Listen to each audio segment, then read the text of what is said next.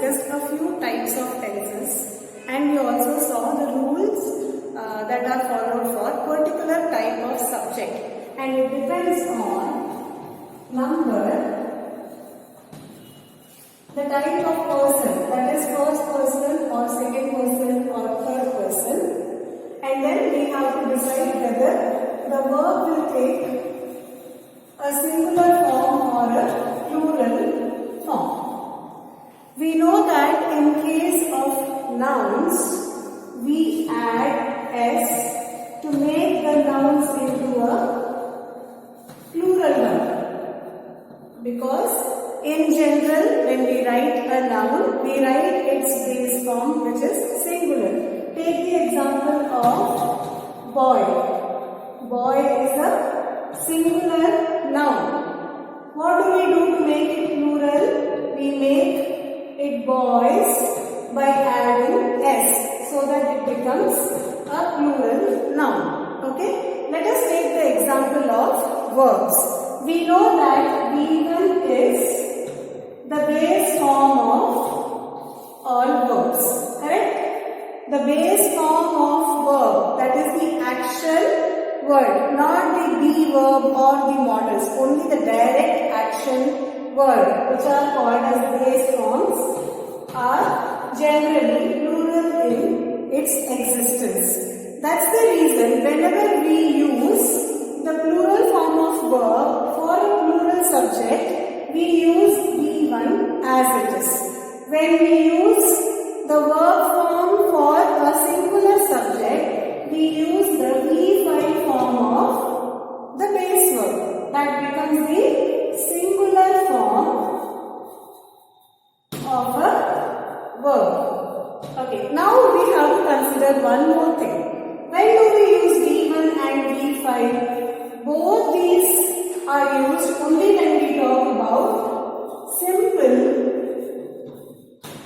present tense. Am I right, children?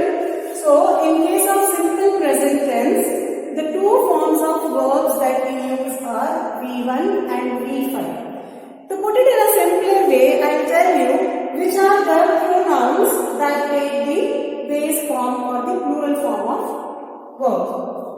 Let us take the pronoun I, the pronoun you, the pronoun we, they. Okay, let us consider now. I is the pronoun which is singular first person. You is second person, singular as well as plural pronoun. How about we? We is first person, plural pronoun. They is third person, plural pronoun. Clear?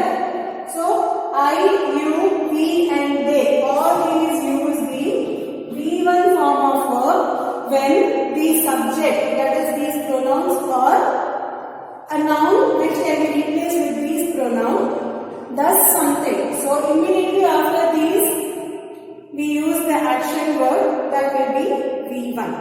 When do we use V5? We use V5 in case of third person, plural. Am I right? No. We change the V1 form into V5 form because we are going to make it singular. Singular is for third person, singular pronouns. That is he. I think it's not visible. I have written it once again here. I told you that I, we, you and they are the pronouns which follow the base form, that is the V1 form, to show that the action is taking place in simple present tense. Action is performed by plural. Here, we and they are plural with the exception I and you. I have told you in the previous class that there are exceptional rules for subject-verb agreement, and the exception, one of the exceptions is the singular pronoun I and the singular pronoun you also follow the V1 form of verb for the pronouns I and you. Let us look at the third person singular form. I told you the third person singular pronouns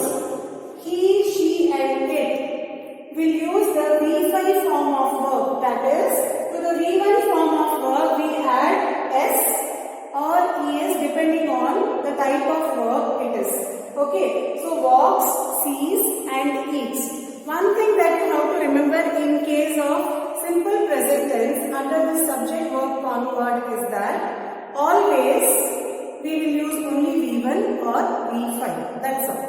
So in simple present tense, depending on the number or person, being singular or plural, we will use V1 or V5. Then there are other conjunctions in verbs which we will use, and we look at them later on. Let's make a quick note of converting nouns into plurals and verbs into singular forms. In general, we see that any noun is present in its singular forms. For example, if you take boy, girl, table, chair, we usually take them in the singular form. Simply we add s or es, and in case of irregular nouns, we may also have to add ies and other like sh.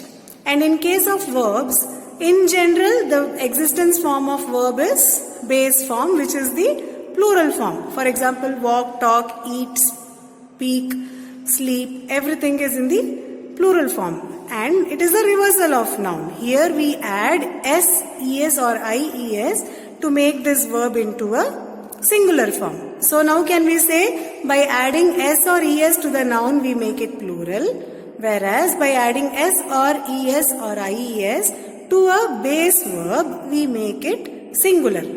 Once again, V1 form is the base form of verb and V5 form is the single form of simple present tense verb. Let's continue with a few examples.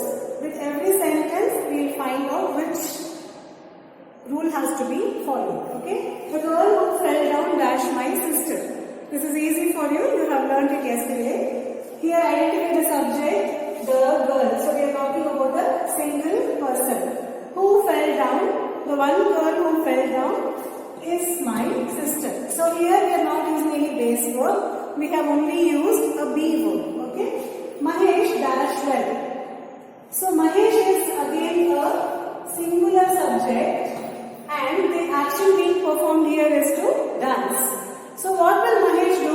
Mahesh dances or Mahesh dance. We remember for a singular subject, the verb has to be singular. Singular verbs will add s at the end. So we make dance into dances. Remember, it is the reversal of noun and verb. Noun will add s to become plural. Verbs will add s to become singular. Simple, isn't it? Okay. One of my friends dash an actor. Okay, two things here. One of my friends.